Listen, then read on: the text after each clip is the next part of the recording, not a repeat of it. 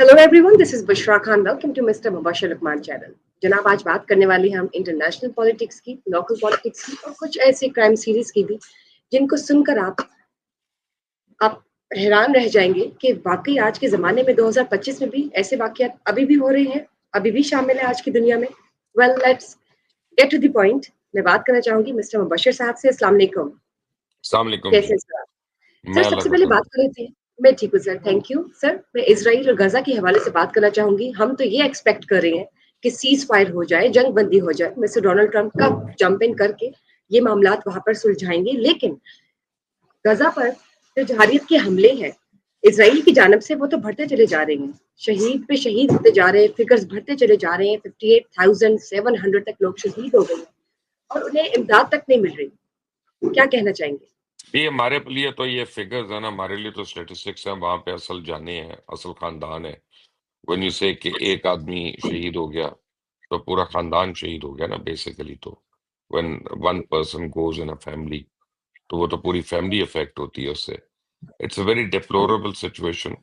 On honestly मैं समझता हूँ कि all the Muslim countries have to show some mettle and some resolve and to come forward and to step forward. अगर ये सारे एक साथ इकट्ठे होकर कड़का लगाएंगे तो उसका बहुत फर्क पड़ेगा। लेकिन प्रॉब्लम यह है कि मुसलमान कौन है, अब ये भी एक सवालिया निशान है। मुंह ट्रू। से बोलने को तो हम सारे मुसलमान हैं, लेकिन क्या हमारे अमल वैसे हैं कि नहीं है? तो Gaza is a very very sad situation. और मैं समझता हूँ कि primarily because of the Muslim countries, not because of anybody else. अब किसी को अच्छा लगे या बुरा लगे, यही सच है। लेकिन आप कुछ कहना चाहेंगे, मतलब आपके ओपिनियन क्या है कि मिस्टर डोनाल्ड ट्रंप को इस वक्त as US president, as first world countries US president, कोई स्टेप लेना चाहिए फौरी तो तौर वो पे? ठीक है, लेकिन हैविंग सेड दैट आप ये देखें ना कि उन्होंने अपने अपने मुल्क की फॉरेन पॉलिसी को देखना ना। उन्होंने अपने मुल्क के इंटरेस्ट को देखना, उन्होंने अपने एलाइज को देखना है। उन्होंने हमें क्यों देखना? ठीक है ना? तो ये इसमें तो, और हमें भी अगर कब इशू होगा तो हम अपने अपनी फॉरेन पॉलिसी को देखेंगे ना। फर्ज करें अगर इसराइल में लोग मर रहे होते तो क्या हम आवाज उठाते कि जी रोको इसराइल के लोग क्यों मर रहे हैं? तो हम अपने इंटरेस्ट की बात करेंगे, वो अपने इंटरेस्ट की बात करेंगे। तो उनसे सारी चीजें एक्सपेक्ट करना, वो ये भी खामख्याली है ना। असल बात है जिनसे एक्सपेक्टेशन है ओआईसी से है, इस्लामिक कंट्री से है, अरब कंट्री से है, मुस्लिम कंट्री से है।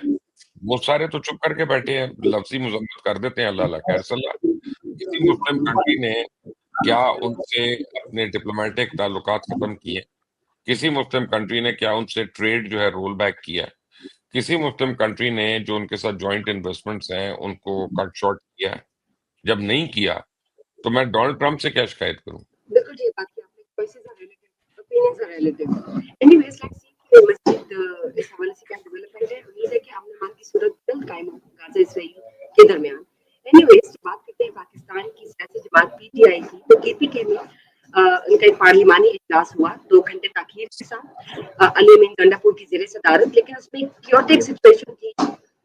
खवातीन अरकान ने भी काफी एहतजाज किया, वो मुलतवी भी हो गया एहतजाज। आप क्या कहना चाहेंगे इस पूरी सिचुएशन के हवाले से? देखिए, ये सब कुछ लोगों को दिखाने के लिए ड्रामा हो रहा है कि हम लोग मुशावरत करें, हम ये करें। इन्होंने सारे फैसले कर लिए हुए हैं, इन्होंने गवर्नमेंट से भी मिल गए हैं, ऑपोजिशन पार्टियों से भी मिल गए हैं, और कल के इन्होंने इलेक्शंस का फैसला कर लिया। बंदर बांट होगी कि 6 सीट्स जो है वो पीटीआई लेगी, 5 सीट्स जो है वो वहां पे ऑपोजिशन पार्टीज लेंगी, जिनमें एक जो है वो नून लीग को मिलेगी, 2 जेयूआईएफ को मिलेंगी, 2 पीपल्स पार्टी को मिलेंगी। तो ये सब फैसले हो गए हैं, पीटीआई ने उस पर एग्री कर लिया। अब बाकी ये जितना इन्होंने लोगों को दिखाने के लिए ड्रामे करने कर लें, but fact of the matter is कि अपने बानी की रिहाई के लिए, इमरान खान की रिहाई के लिए ये किसी से कोई मुशावरत नहीं करेंगे, कोई कोई मीटिंग नहीं करेंगे। लेकिन अपनी कमाइयों के लिए और अपनी सीटों के लिए ये गवर्नमेंट या हो या ऑपोजिशन हो, सबके साथ मुज़ाकरात करके उनकी बंदरबांट कर लेंगे। सो पीटीआई का जो अंदरूनी इंतशार है वो बहुत खौफनाक इंतशार है, और ये पार्टी बिल्कुल इस वक्त तोड़-फोड़ का शिकार है। लेकिन पहली बारी आप ये देखें कि किसी ने ये मुतालबा नहीं किया कि जी मुझे आप करने दें, मैं आपके साथ मुशावरत कर लेता हूँ, मुझे चेयरमैन पीटीआई से या इमरान खान से एक दफ़ा मिलने दें ताकि मैं उनसे एडवाइस ले लूँ। ये किसी ने भी नहीं किया, और सीटों की बंदरबांट होगी। कल सुबह इलेक्शन हो रहा है और होगा, और प्रोबेबली यही रिज़ल्ट है जो मैं आपको बता रहा हूँ। ठीक। सर ये बताइए हम बात करते हैं एक ऑनर किलिंग के केस के हवाले से भी। बलूचिस्तान में बलोच कम्युनिटी की जानिब से एक बहुत ही कुछ वीडियोज़ वायरल हुई जो कि बिल्कुल भी रीज़नेबल नहीं देखने के लिए और आज के ज़माने में अगर देखा जाए किस बिना पर एक कपल को मर्डर करने का उंगली से कर दिया गया। गैरत के नाम पर पसंदीदा शादी करने पर एक मियाँ बीवी को कत्ल कर दिया गया। उन्होंने प्रॉपर उसकी फुटेज बनाई है, वीडियोज़ वायरल है। जो आप क्या कहना चाहेंगे? ऑनर किलिंग क्या हो रही है आज के ज़माने देखिए, में? ये बड़े अफ़सोस की बात है कि इस वक़्त जब बलूचिस्तान में ये हो रहा है, तो सीएम बलूचिस्तान और पुराने हमारे जो एक्स पीएम हैं, अनवारुल हक काकड़, वो भी बलूचिस्तान से, वो दोनों इस वक़्त लंदन में बैठे हैं और पार्टीज़ उड़ा रहे हैं और कोई कंडेमनेशन भी नहीं कर रहे। दोनों चुप बैठे हैं और बड़ा एक फ्लिम्सी किस्म की स्टेटमेंट बलूचिस्तान गवर्नमेंट की आई है इसके ऊपर। और ये बलूचिस्तान में एक नॉर्म ऑफ द डे है कि in the name of honour वहाँ पे किलिंग्स नॉर्म है। और पहले एक दफ़ा ऐसा भी हुआ था, मुझे याद है कुछ साल पहले, कि 3 औरतों को ज़िंदा दफ़न कर दिया गया था। तो हम सारों ने जब उस पे शोर उठाया, तो deputy chairman of the senate, उनका ताल्लुक बलूचिस्तान से, तो उन्होंने कहा कि आप क्यों बोल रहे हैं? ये हमारी रिवायात है, हमारी रिवायात के बीच में ना बोलें।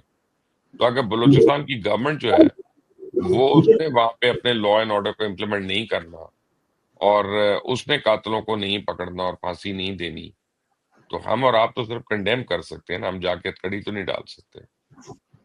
असल तो काम उनका है कि इसको किस तरह से रोका जाए और खत्म किया जाए। इससे सर्टेन नॉर्म्स को मेरा बलोच ख्याल है कि की इस पे तो कुछ ज़्यादा साइंस ही नहीं है ना कि किस तरह खत्म किया जाए या किस तरह रोका जाए। लेकिन मैं तो हुक्मरानों को कह रहा हूँ कि हुक्मरान तो पहले ऑन बोर्ड आ जाए ना कि हाँ, इसको रोकना राइट। चाहिए। हम तो और अभी आप तो क्या वो ही नहीं है। वो तो इस वक़्त अपना बैठ के यहाँ पे पब्स में या बार्स में हर जगह नज़र आ रहे हैं, एन्जॉय कर रहे हैं। जिसको तस्वीरें चाहिए, मैं तस्वीरें भी दे दूँगा यहाँ पे। हम और आप तो कोशिश कर सकते हैं कि विटनेस और मजबूत की जा फेयर सके। इनफ। लेकिन ये है कि अगर वो सो रहे हैं, देखिए सोते हुए आदमी को तो आप उठा सकते हैं। जो जाग रहा हो, प्रिटेंड कर रहा हो कि सो रहा है, उसको आप कैसे उठाएँगे? ट्रू। सर पाकिस्तान इंडिया की बात कर लेते हैं। जैसे डोनाल्ड ट्रंप की भी रिसेंटली एक स्टेटमेंट आई थी। मैंने पिछले सेशन में भी डिस्कस की। उन्होंने दोबारा से कहा है कि पाकिस्तान ने वाकई इंडिया के 5 प्यारे गिराए हैं। वाकई this word holds a deep meaning and is really wanted. क्या कहना चाहेंगे? कि देखिए, वाकई ये तो आप सनद मिल गई ना पाकिस्तान को। हम तो कहते हैं 7 हैं, लेकिन चलें वो 5 पे आ गए और सनद मिल गई पाकिस्तान को। और इससे पूरे इंडियन मीडिया पे इस वक़्त जो है ना, वो मौत का समा है और वो सारे बऊ, बऊ, बऊ, बऊ कर रहे हैं ऊँची-ऊँची आवाज़ों में। और अर्नब गोस्वामी तो यहाँ तक कह गए कि Donald Trump can't take decisions for India, India will take decisions for White House. पता नहीं कौन-सी शराब पीता है या कौन-सी धुएँ वाली चीज़ लेता है, ड्रग्स लेता है, मुझे नहीं पता उस आदमी का। लेकिन इससे पूरे इंडिया का जो हाल है ना, वो बिल्कुल एक मुर्दा उसके हाल है और सारे प्रोपेल कर रहे हैं अपनी गवर्नमेंट को। और उनकी गवर्नमेंट पहले भी चाह रही है कि किसी तरह ऑपरेशन सिंदूर का जो सीज़ फायर है, खत्म हो जाए और फौरी तौर पे स्टार्ट हो। और आज एक रिपोर्ट लीक हुई है जिसके तहत ये पता चला है कि इंडिया बैलिस्टिक मिसाइल्स बहुत ज़्यादा ले रहा है और वो चाहता है कि फर्स्ट स्ट्राइक में वो इतने बैलिस्टिक मिसाइल्स मारे पाकिस्तान में कि अपनी तरफ से खुदा न खास्ता वो पाकिस्तान के सारे एयर बेसेस को पल्वराइज़ कर दे ताकि पाकिस्तान रिटेलिएट ना कर सके। लेकिन अगर उसने ऐसा किया, तो मैं आपको ये बता देता हूँ कि वो इंडिया का एंड होगा। इंडिया का फिर आखिरी दिन होगा और फिर पाकिस्तान इंडिया को तबाह और ख़त्म करने से पहले नहीं रुकेगा। फिर किसी की मीडिएशन भी काम नहीं आएगी और किसी का सीज़ फायर भी काम नहीं आएगा। अब आप मुझे ये बताइए world championship legend world championship legends एक लीग जो है वो पाकिस्तान इंडिया के दरमियान का एक मैच था आज बर्मिंघम में जो कि कॉल्ड ऑफ कर दिया गया है। हुँ। शायद भारत को बहुत ज़्यादा प्रेशर था अपनी टीम की जानिब से, इसलिए उन्होंने कॉल्ड ऑफ कर दिया। लेकिन इसके पॉइंट्स मेरे ख्याल से पाकिस्तान को मिलने चाहिए थे as per sports reporter mister मूसा बुरैश ने जो कहा है। आप बताइए कि ये प्रेशर की वजह से कॉल्ड ऑफ कर दिया गया है कि मिस्टर अफरीदी का टीम के अंदर शामिल होने से कॉल्ड ऑफ किया गया है? ये क्या ये इतनी अफ़रीदी का क्या है? देखिए, इन सारों ने अपने-अपने मुल्क के लिए स्टेटमेंट्स दिए हैं जब जंग हो रही थी, एंड व्हिच इज़ फाइन। अगर वहाँ के लोग अपने मुल्क के लिए देते हैं, हमारे लोग अपने मुल्क के लिए देते हैं, अपनी अफ़वाज के लिए देते हैं, there is nothing wrong in that. लेकिन ये 4 दिन पहले आप याद करें जो हाउस ऑफ लॉर्ड में हुआ था, जो मेरे ऊपर बीजेपी ने राइट। प्रोटेस्ट किया था यहाँ पे आके। तो यही अब उन्होंने इनको कहा। और देखें जो मुसलमान थे, इरफान पठान वगैरह, उनसे उन्होंने अपना प्रोटेस्ट करवाया, यानी मुस्लिम से प्रोटेस्ट करवाया और सिखों से, माइनॉरिटी से, जो हिंदू उसमें क्रिकेटर था उसने नहीं राइट। खेला, ठीक है ना? तो ये ऑब्वियसली वो more loyal than the king वाला हिसाब है, वो पीछे वाले उनको खुश करने के लिए देखो हम तो तुम्हारी लाइन टो कर रहे हैं, ये कर रहे हैं, बट खुश शब यहाँ पे अब जो हमें मोहसिन नकवी ने ज़लील करवाया था, इंडिया के साथ न्यूट्रल वेन्यू पे खेल के चैंपियंस ट्रॉफी में, वो आज उनको उनको तो फ़र्क नहीं पड़ता, उनको नहीं याद आएगी। उनको कोई याद भी नहीं कराएगा, उनके इर्द-गिर्द तो सारे तारीफ़ करने वाले लोग बैठे हैं। उस वक़्त पाकिस्तान को रिफ्यूज़ कर देना चाहिए था कि हम नहीं खेलेंगे टीम इंडिया के साथ। इन्होंने खेलना है तो हमारे वेन्यू पे आएँ। पहले तो नारे भी मारे थे इन्होंने, लेकिन नहीं खेला इन्होंने। फिर उसी तरह जाके खेला जैसा इंडिया कर रहा था, वो इंडिया का ही चैंपियंस ट्रॉफी बन गया। उन्होंने आपके किसी ऑफिशियल को, किसी प्लेयर को फाइनल सेरेमनी के ऊपर इनवाइट तक नहीं किया, जबकि होस्ट पाकिस्तान था। तो मेरा ख्याल है कि वो जो ज़िल्लत हमने उठाई है, अब शायद मोहसिन नकवी को एहसास हो जाए कि उनकी वजह से कितने हम ज़लील और रुसवा हुए थे। तो काश आगे वो ज़रा बेहतर फैसले कर लें। तो सर अब तो ये आज के मैच के बाद से है, टूर्नामेंट के बाकी मैचेस शेड्यूल के मुताबिक ही होंगे, लेकिन पाकिस्तान इंडिया का ये जो एक स्टेप था भारत की जानिब से ये, और वो बात नहीं आ रही एज पर यू सेड, आपको क्या लगता है क्रिकेट टीम को बायकॉट करना चाहिए बिल्कुल फ्यूचर करना में चाहिए, अब नहीं खेलना चाहिए, अब हमें कुछ नहीं खेलना जब तक वो उनकी औकात नहीं ठीक होती, ना विज़िट करना चाहिए, उनके प्रोडक्ट्स का बॉयकॉट करना चाहिए, हर चीज़ का उनका बॉयकॉट करना चाहिए एंड अब या तो मोदी को हटाएँ वो और या फिर अपने एटीट्यूड को चेंज करें। वैसे मोदी भी हटेगा, मैं आपको बता रहा हूँ इस साल तक की उम्मीद है कि Narendra Modi within the party uh, उसके काफ़ी इम्प्लोजन हो रही है और वो उसके अंदर मारा जाएगा। बिल्कुल दुरुस्त। सर बात कर लेते हैं Pakistani anchor, renowned anchor Jasmeen Manzoor की, जिनके केस को हमने जिन जिनके केस को हमने प्रीवियसली भी डिस्कस किया था, हरासमेंट से रिलेटेड उनके हस्बैंड की तरफ से। मज़ीद डेवलपमेंट जो है उनकी जो साबिक हस्बैंड है mister Saad, correct me if I am wrong, और उनकी जो अहलिया है इंडिया फर्स्ट, उन्होंने भी कोई स्टेटमेंट दी इस हवाले से, और मज़ीद जो मामलात इस हवाले से खुलकर सामने आ रहे हैं, आप क्या कहना चाहेंगे? वो मुझे उनकी शक्ल देख के लग रहा है, मैंने जो देखा है कि वो झूठ बोल रही हैं और जब झूठ बोलता है कोई इंसान उसके माथे पे लिखा होता है। I I know my colleague very well, उसको मैं बड़े अरसे से जानता हूँ। बहुत ऑनरेबल है, बहुत स्ट्रॉन्ग कैरेक्टर है और जितनी उन्होंने एलिगेशंस लगाई वो सारी बकवास है, बेबुनियाद है। I don't even have to call my friend to verify about them because I know कि क्या सही हो सकता है और क्या नहीं हो सकता। ये मड स्लिंगिंग है। अपने घर के लोगों को काबू में रखें, दूसरों को मत ब्लेम करें and how do you justify this action? I mean बात एक्शन की हो रही है, बात कोई प्रीसीडिंग लड़ाई झगड़े की, अनबन की नहीं हो रही है। I mean how do you condone physical violence? I mean ये तो वो पागल है जिसने ये स्टेटमेंट दी है। I mean I think she needs a checkup herself. तो सर ये बताइए, बात करते हैं मिस्टर इमाद वसीम की, इज अ क्रिकेटर, जिनकी शादी हुई है मिस सानिया से, बच्चे भी हैं 3, लेकिन कुछ रूमर्स फैले हुए हैं कि कोई इन्फ्लुएंसर है मिस नाइला राजा, उनके साथ he is having an extra marital affair, what would you say about मैंने दैट? ये हालांकि इसको चेक इसकी किया तो सुबह, ये ये भी खबर आई है। मैंने इसको चेक किया और ये खबर बिल्कुल सही है और इमाद का है चक्कर और वो काफ़ी सीरियसली इन्वॉल्व्ड हैं और उनको काफ़ी लोगों ने देखा है यहाँ पे यूके में, लंदन में स्पॉट किया है और बड़ी कॉम्प्रोमाइज़िंग उनकी जेस्चर्स थे। तो और फिर उनकी अहलिया ने जो एक्शंस दिखाए हैं, वो भी ऑब्वियसली शो करता है कि क्या हो रहा है। 2024 से ही हम This has been going on since October or November 2024. From that time, ये अभी को कोई बात नहीं है। So Imad is responsible for that, and because he's not hiding it and he's going out in public openly. तो फिर हमें हमें भी कहने में मजबूरी है, वरना I don't like to comment on personal lifes, but अभी पर्सनल नहीं रही है क्योंकि ये हिट कर गई है स्क्रीन्स को। तो now it is everybody story. It is sad but it is true. लेकिन सर उनकी एक स्टेटमेंट भी आ गई कि you can't actually jump onto the conclusion and judge anyone before knowing the actual story behind it. You never know if it's true or fake. नहीं, बात ये है कि आप देखे तो जा रहे हैं ना, बात ये है कि आप फोटोग्राफ तो हो रहे हैं ना, बात ये है कि आप एक साथ तो हैं ना। I mean I am saying it very conservatively. तो आप फिर रोक नहीं सकते ना लोगों को एजम्पशन से और बात करने से। और वो कहते हैं जुबान खुदा, जुबान खल्क नकार खुदा, तो फिर वो भी है। I mean that goes as well. Sir बात करते हैं मिस्टर कपिल शर्मा की, जो इंटरनेशनल रिनाउंड है इंडियन कॉमेडियन।